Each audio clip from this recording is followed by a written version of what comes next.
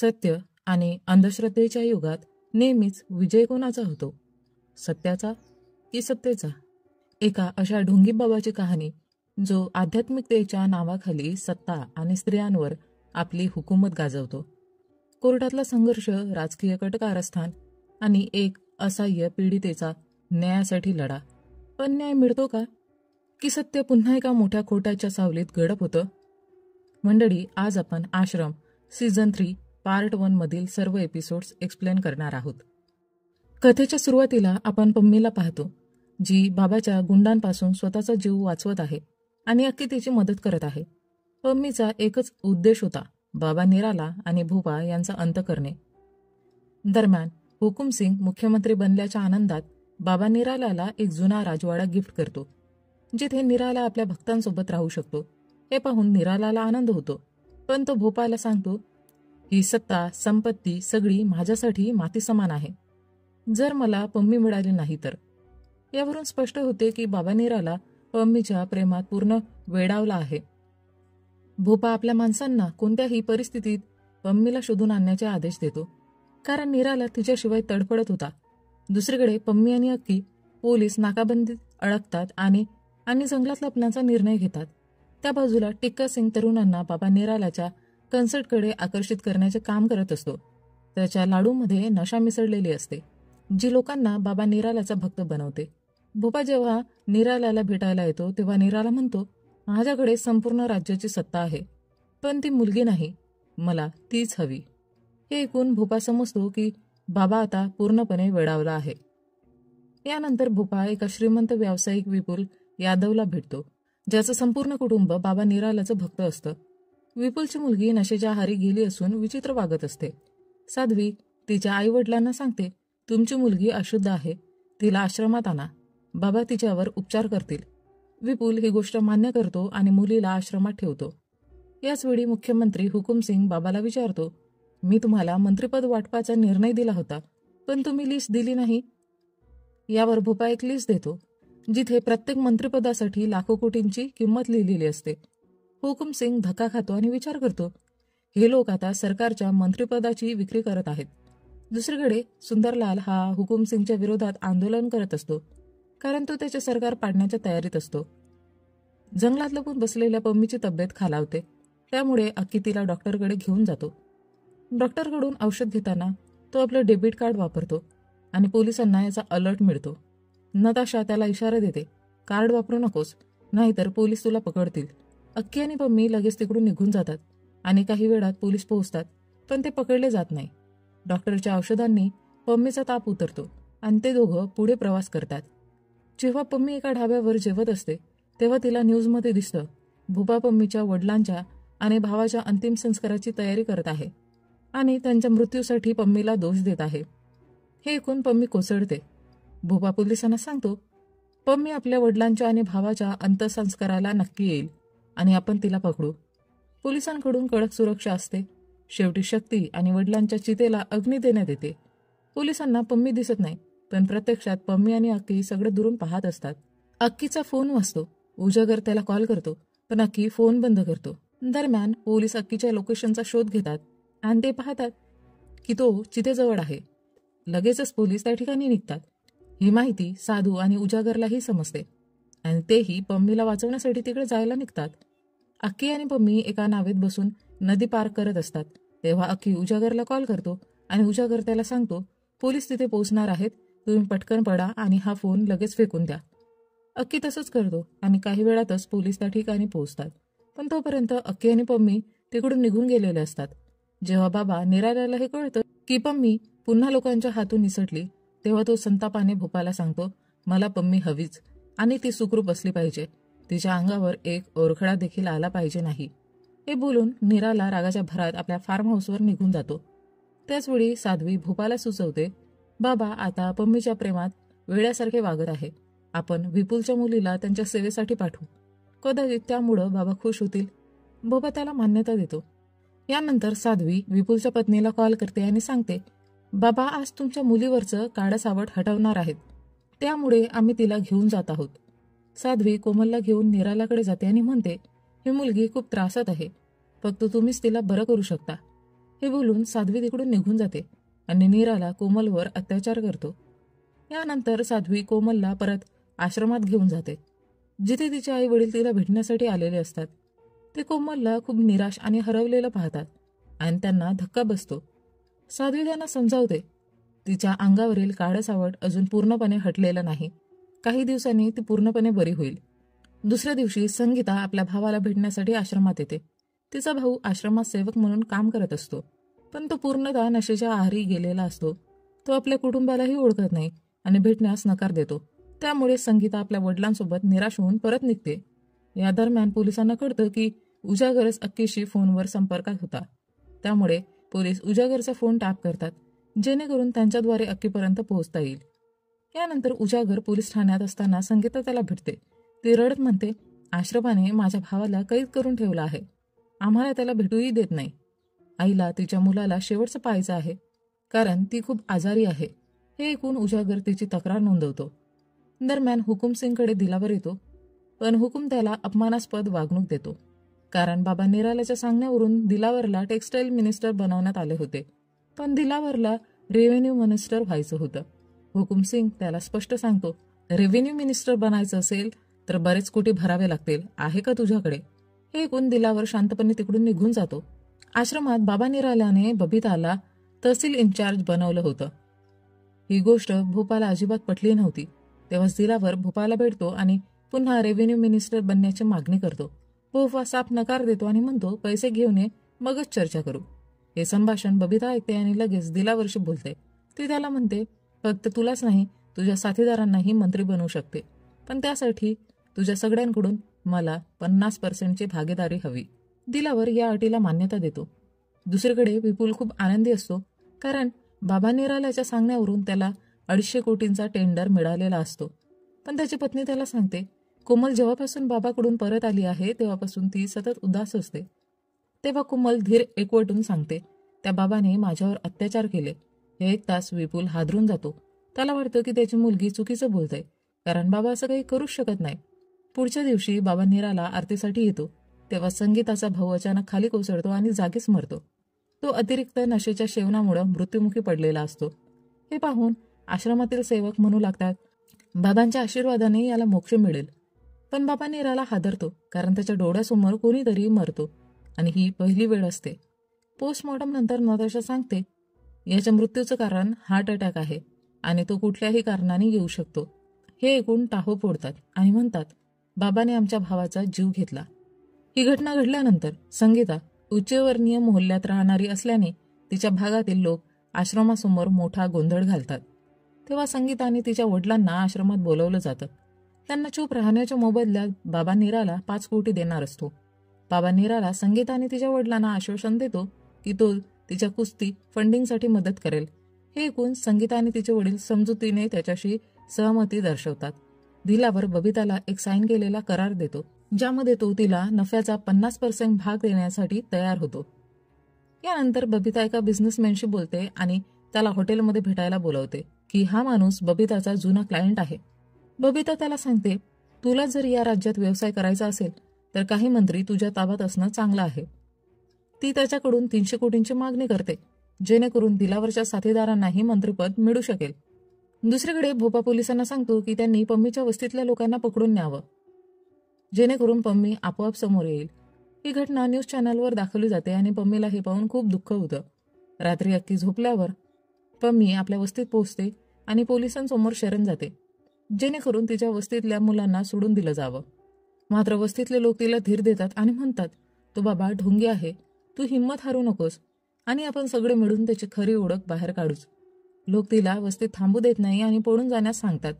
त्यामुळं पम्मी पुन्हा अक्कीकडे परत येते आणि गपचूप झोपून जाते.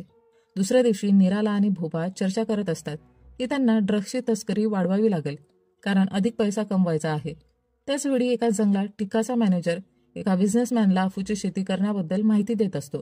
त्यानंतर टिका आणि मॅनेजर थेट भोपाला भेटायला जातात आणि सांगतात, आम्ही अफूची शेती करण्यासाठी एक चांगली जागा शोधली आहे, ज्यामुळे बाबा खुश राहील आणि आपलाही नफा होईल. हे ऐकून भोपा आनंदित होतो, पण टिक्का त्याला सांगतो, समस्या अशी आहे की ही जमीन तेथे आहे जिथे आधीच एक फॅक्टरी बांधायची होती. यावर भोपा एक युक्ती लढवतो.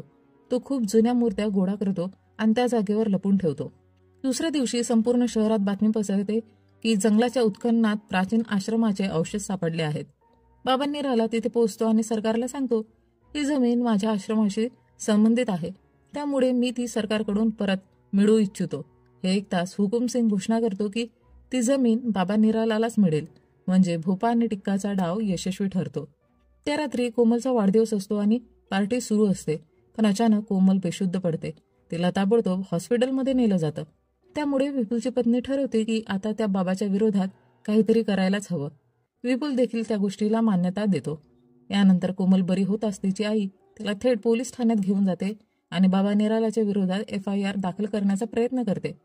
पण दास पोलीस अधिकारी FIR नोंदवण्यास नकार देतो. जेव्हा उजागरला हे कळतं तेव्हा तो कोमल आणि तिच्या आईला घेऊन आपल्या विश्वासू मित्राच्या पोलीस ठाण्यात जातो. तेथे अखेर FIR दाखल केला जातो. कोमल संपूर्ण घटनेचं सत्य सांगते. बाबा निरालाने माझ्यावर अत्याचार केले. यानंतर लेडी कॉन्स्टेबल वरिष्ठ अधिकाऱ्याला विचारते की पुढे काय करायचं. पण तो अधिकारी बाबा निरालाच्या विरोधात कारवाई करायला घाबरतो. यावर उजागर त्याला सांगतो, तू फक्त FIR नोंदून ठेव, बाकी सगळं मी सांभाळतो. जेव्हा भोपाला समजतं की विपुलच्या पत्नीने FIR केली आहे तेव्हा तो तिला संपवायचा विचार करतो. त्यावेळी मायकल सुचवतो, माझा एक मित्र आहे बलवंत सिन्हा, जो DIG आहे. जर तुम्ही त्याचा ट्रान्सफर इथे करून घेतला तर तू ही केस हाताळेल. भोपा याचाच फायदा घेतो आणि कोणत्याही मार्गाने बलवंत सिन्हाला तिथे पोस्टिंग मिळवून देतो. तेव्हाच विपुलच्या कंपनीचे सगळे करार रद्द केले जातात. त्याला आधी मिळालेल्या पैशांची मागणी केली जाते, ज्यामुळे तो पूर्णपणे कोसळतो. साधू हे सगळं उजागरला सांगतो. विपुलला दबावाखाली आणलं जातं. त्याला मदतीची गरज आहे. उजागर नताशासह थेट DIGला भेटायला जातो. पण तिथे पोहोचल्यावर त्याला कळतं की आधीच्या DIGची इथून बदली झाली आहे. आता नवीन DIG बलवंत सिन्हा आहे आणि तो दुसरा कोणी नसून नताशाचा एक्स हजबंड आहे. नताशा त्याला पाहून खूपच संतापते, कारण तिला कळून चुकलं होतं की हा भ्रष्ट अधिकारी बाबाच्या मदतीसाठीच इथे आला आहे. दुसरीकडे नीराला विपुलला कॉल करून धमकावतो आणि त्याला सांगतो की यापुढे त्याच्यासोबत काय काय होऊ शकतं. थोड्या वेळात बलवंतकडे एक फोटो येतो आणि तो पाहून तो म्हणतो की विपुलचं कुटुंब काही न करताच या जगातून निघून गेलं.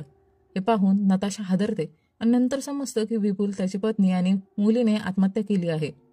त्याने एक सुसाईड नोटही लिहून ठेवली होती, ज्यात त्यांनी लिहिलं होतं की ते बाबाच्या अत्याचारांमुळे त्रस्त झाले होते. मात्र आपण समजू शकतो की हे सगळं बलवंतचं कटकारस्थान आहे, कारण तो वारंवार त्यांना धमकावत होता. दरम्यान हुकुमसिंगने आपल्या मैत्रीण सोनियाला लंडनवरून बोलावलं होतं, कारण सोनिया ब्रँड इमेज सुधारण्यास माहीर होती. हुकुमला सोनियाकडून आपल्या राज्याची आणि स्वतःची इमेज सुधारायची होती आणि सोनिया यासाठी तयार होते.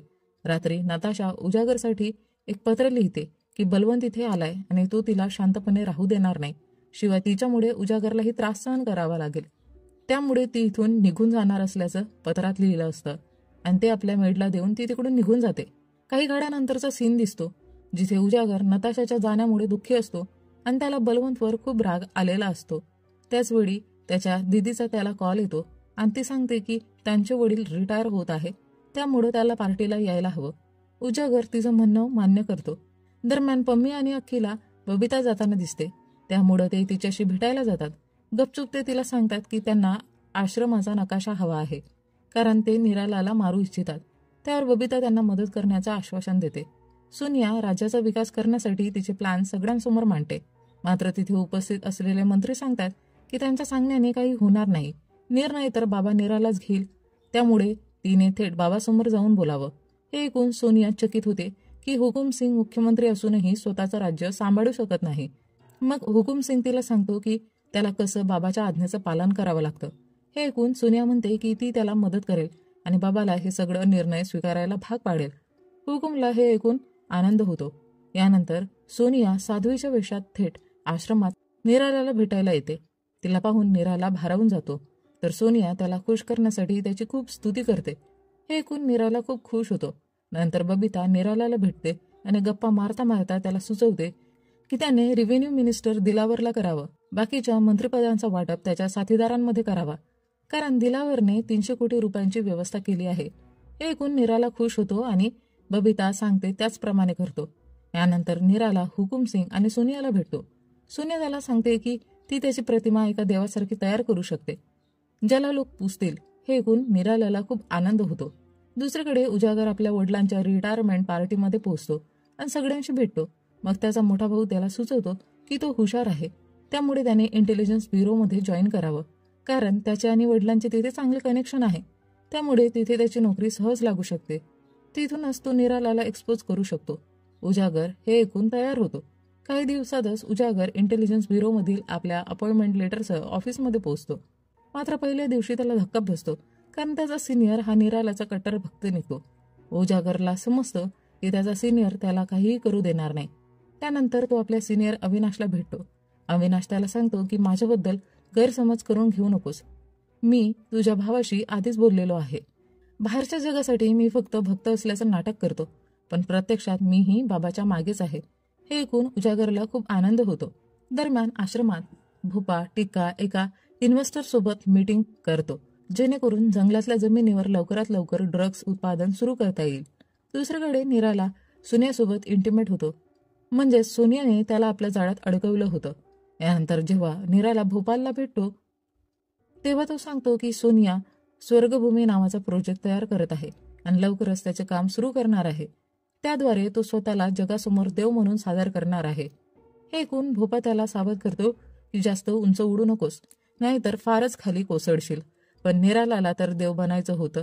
त्याचवेळी भोपा त्याला सोनियाबद्दल सांगतो की ती आधीच 2-3 लोकांसोबत 100-200 कोटीचा फ्रॉड करून बसली आहे.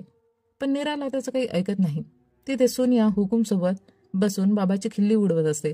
पुढच्या दिवशी सोनिया तिच्या कामाला लागते, बाबाला जगाच्या नजरेत देव बनवण्याच्या कामाला. काही दिवसातच बाबा निरालाचं नाव प्रचंड फेमस होतं आणि त्याच्या आश्रमाची चर्चा परदेशातही होऊ लागते. यानंतर निराला आपल्या नवीन अवतारात भक्तांना दर्शन देतो आणि एका अपंग व्यक्तीला चालायला लावतो. अर्थात हे फक्त एक नाटक असतं. पुढच्या दिवशी तो लोकांना आपल्या नव्या आश्रमाविषयी सांगतो आणि घोषित करतो की तो अशी एक संस्था उभारणार जिथे फक्त बाबा निरालाचं राज्य असेल. उजागर अक्कीला भेटायला येतो, पण तिथे पम्मी नसल्याचं पाहून त्याला कळतं की पम्मी कुठे गेली असेल. दरम्यान निराला जंगलातील जमीन बळकावून तिथे स्वतःची संस्था उभारण्यासाठी उद्घाटन सोहळ्यासाठी पोहोचतो. तिथे सुंदरलालही आंदोलनासाठी येतो आणि सांगतो की जंगलाची जमीन कोणाचीही खासगी मालमत्ता नाही.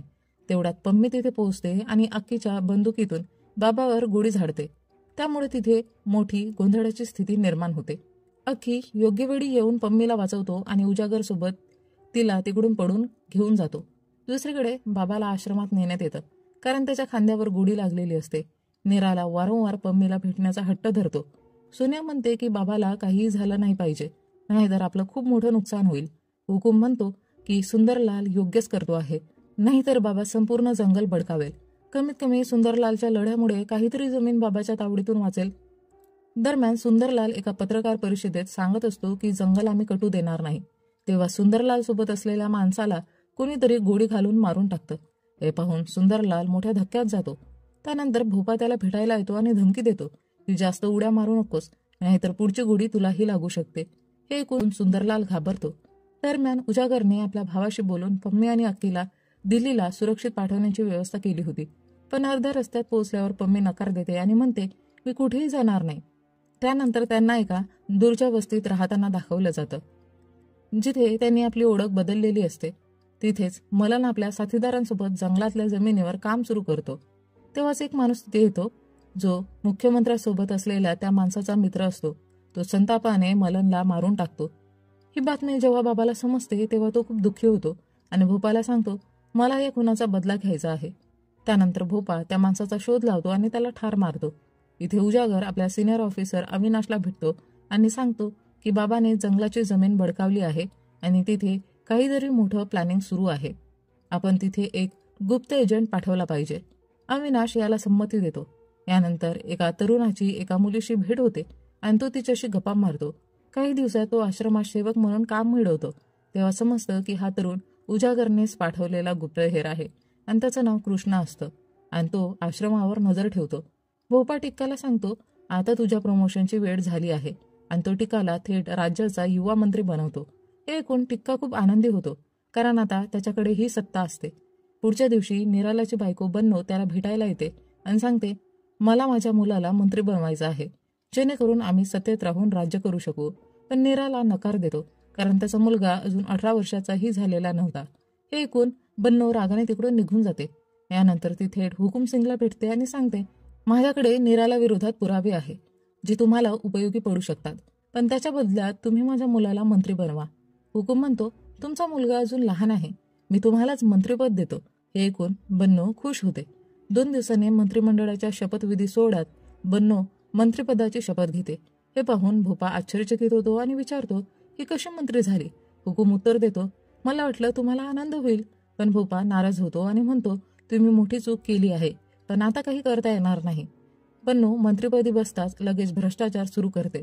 दरम्यान ज्या वस्तीत पम्मी आणि अक्के राहत असतात तिथे एक अधिकारी येतो आणि सांगतो, या भागात लोकांनी तक्रारी केल्या आहेत की इथलं पाणी खराब येतं आणि स्वच्छता होत नाही, त्यामुळं आम्ही हे सुधारायला आलो आहोत. हे ऐकून पम्मीच्या मनात एक कल्पना येते. ती ठरवते, मीही अज्ञात नावाने उच्च अधिकाऱ्यांना पत्र पाठवून बाबाच्या क्रूरतेबद्दल माहिती देईल, कदाचित यामुळे मला न्याय मिळेल. त्यानंतर पम्मी पत्र लिहायला सुरुवात करते. अक्की दररोज पत्र पोस्ट करत होता, पण दिवस जात राहिले आणि त्याचा काहीच फायदा झाला नाही. पम्मीने मोठ्या अधिकाऱ्यांपासून ते न्यायाधीशांपर्यंत सगळ्यांना पत्र पाठवली होती. दरम्यान उजागरने आश्रमात पाठवलेला त्याचा माणूस कविता हिला आपल्या जाळ्यात अडकवतो आणि सगळ्यावर लक्ष ठेवतो.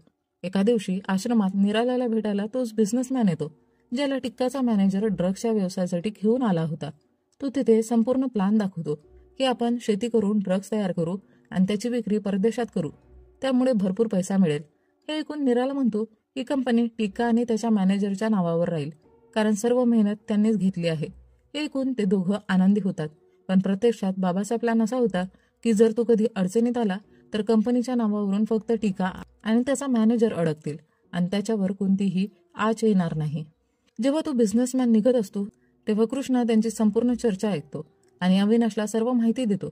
यानंतर अविनाश उजागरला सांगतो की जो बिझनेसमॅन निरालाला भेटला त्याचं नाव हॅरी आहे आणि तो खूप जुना ड्रग डीलर आहे, म्हणजेच बाबा मोठ्या प्रमाणावर ड्रग्सचा धंदा सुरू करणार आहे. यानंतर सर्वप्रथम हे लोक हॅरीला पकडतात आणि त्याच्याकडून सत्य कबूल करून घेतात.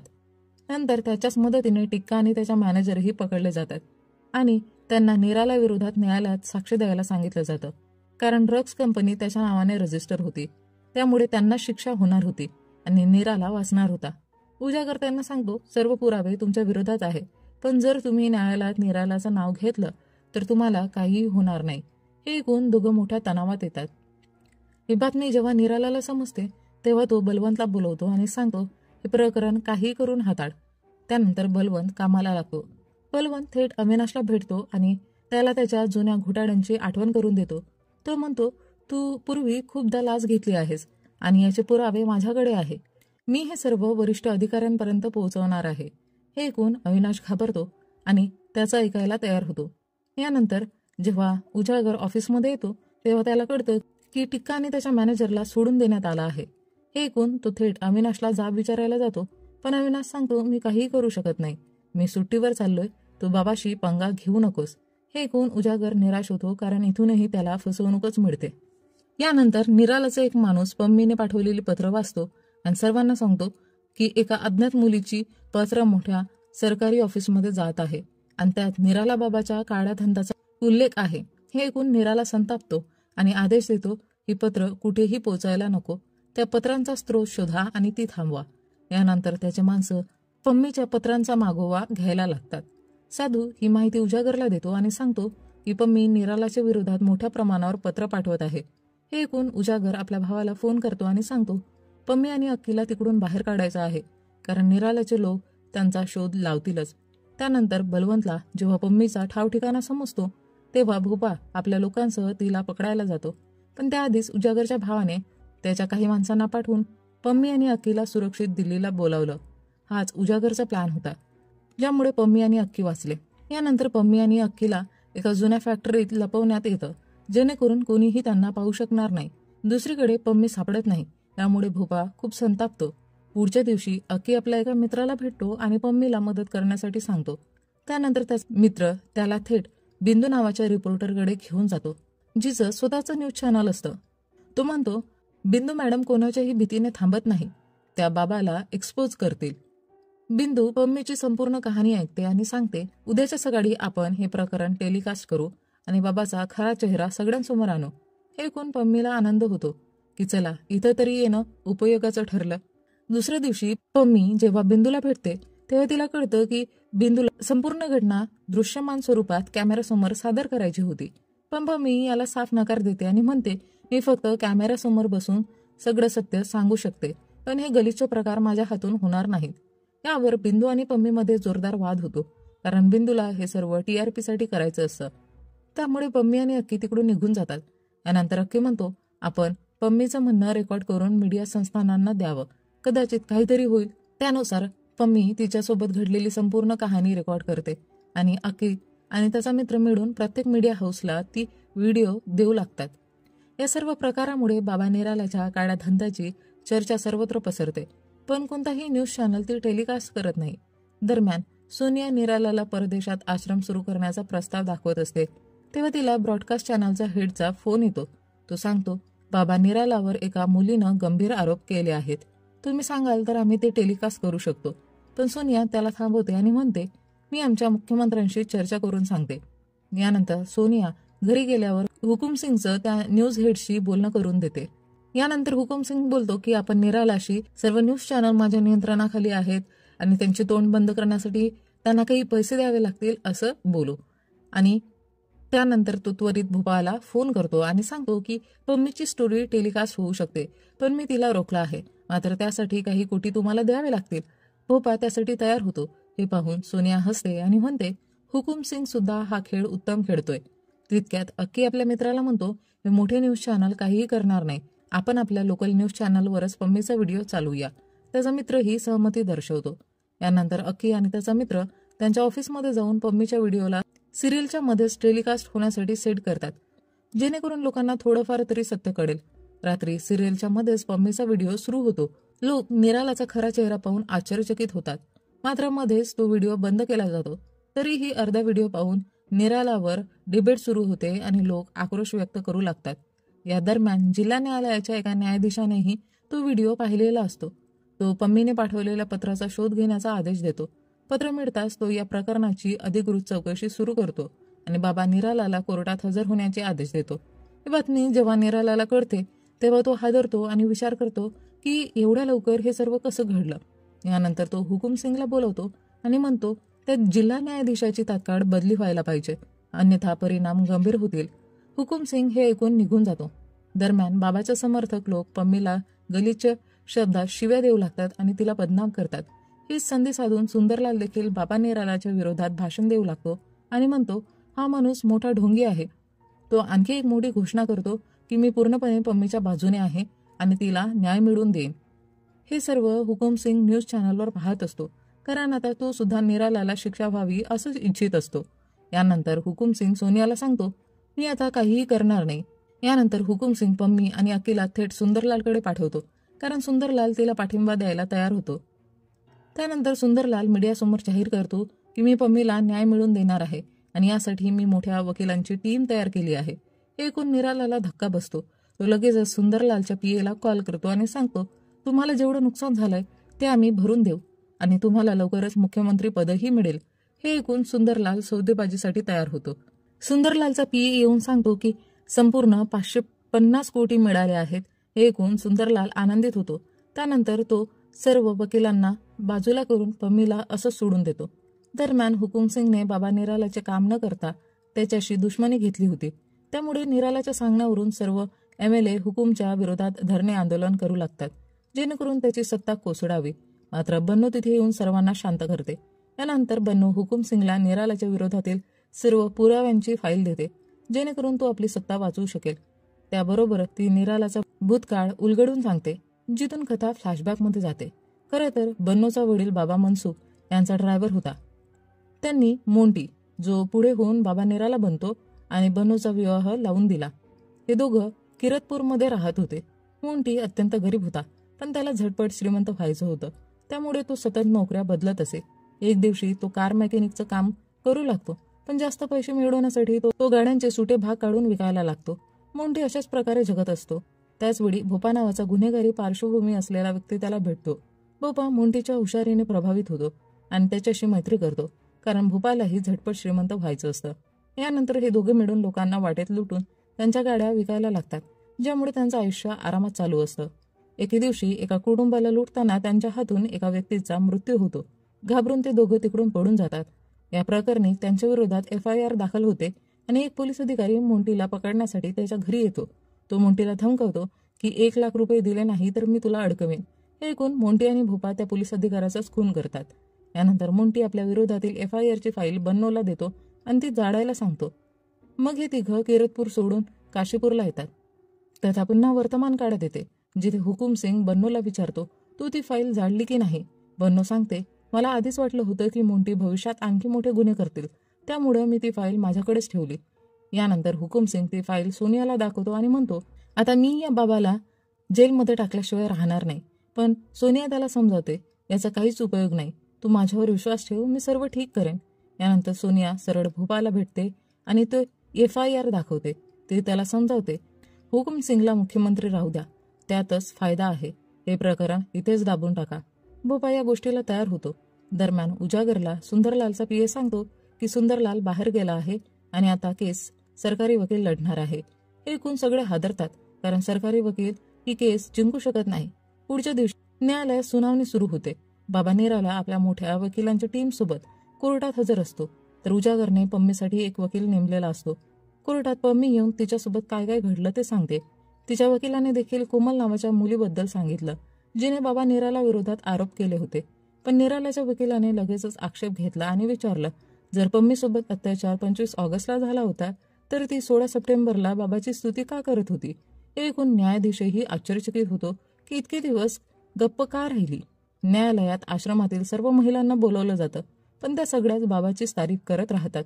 यामुळे निरालाच्या वकिलाला पम्मी खोटारडी ठरवण्यात यश मिळतं. यानंतर वकील सांगतो, बाबा निराला कोणत्याही स्त्रीवर अत्याचार करू शकत नाही, कारण त्यांनी शुद्धीकरण करून घेतलं आहे. हे ऐकून न्यायाधीश थेट निरालाची वैद्यकीय तपासणी करण्याचा आदेश देतो. तपासणी झाल्यावर डॉक्टर सांगतो की हो, बाबांचं खरंच शुद्धीकरण झालं आहे. पण प्रत्यक्षात तो डॉक्टरही बाबाचाच माणूस असतो. हे सगळं समोर आल्यामुळं पम्मी पूर्णपणे खोटी ठरते. निरालाचा वकील तिच्यावर तिच्या वडिलांचा आणि भावाचा खून केल्याचा आरोप लावतो. सर्व पुरावे पाहून न्यायाधीश पम्मीला शिक्षा सुनावतो आणि तिला तुरुंगात पाठवतो. तर बाबा निराला पुन्हा आपल्या आश्रमाचा राजा बनतो. आणि यासोबतच सीझन 3 भाग 1 इथेच संपतो. जेव्हा सत्यावर अन्यायाचा मुखवटा चढवला जातो, तेव्हा न्यायालयही असत्याचा गुलाम बनतो. पम्मीच्या संघर्षाची परिणिती तिच्या कारागृहात झालेल्या कैदेत होते, तर बाबा निराला पुन्हा आपल्या साम्राज्याचा विस्तार करतो. पण प्रश्न हा आहे, ही कहाणी इथेच संपली का, की अजून कुठेतरी कुणीतरी सत्याच्या प्रकाशासाठी उभं राहणार आहे? कारण खोटं कितीही मोठं असलं तरी एक दिवस सत्याचा सूर्यनारायण उगवल्याशिवाय राहत नाही.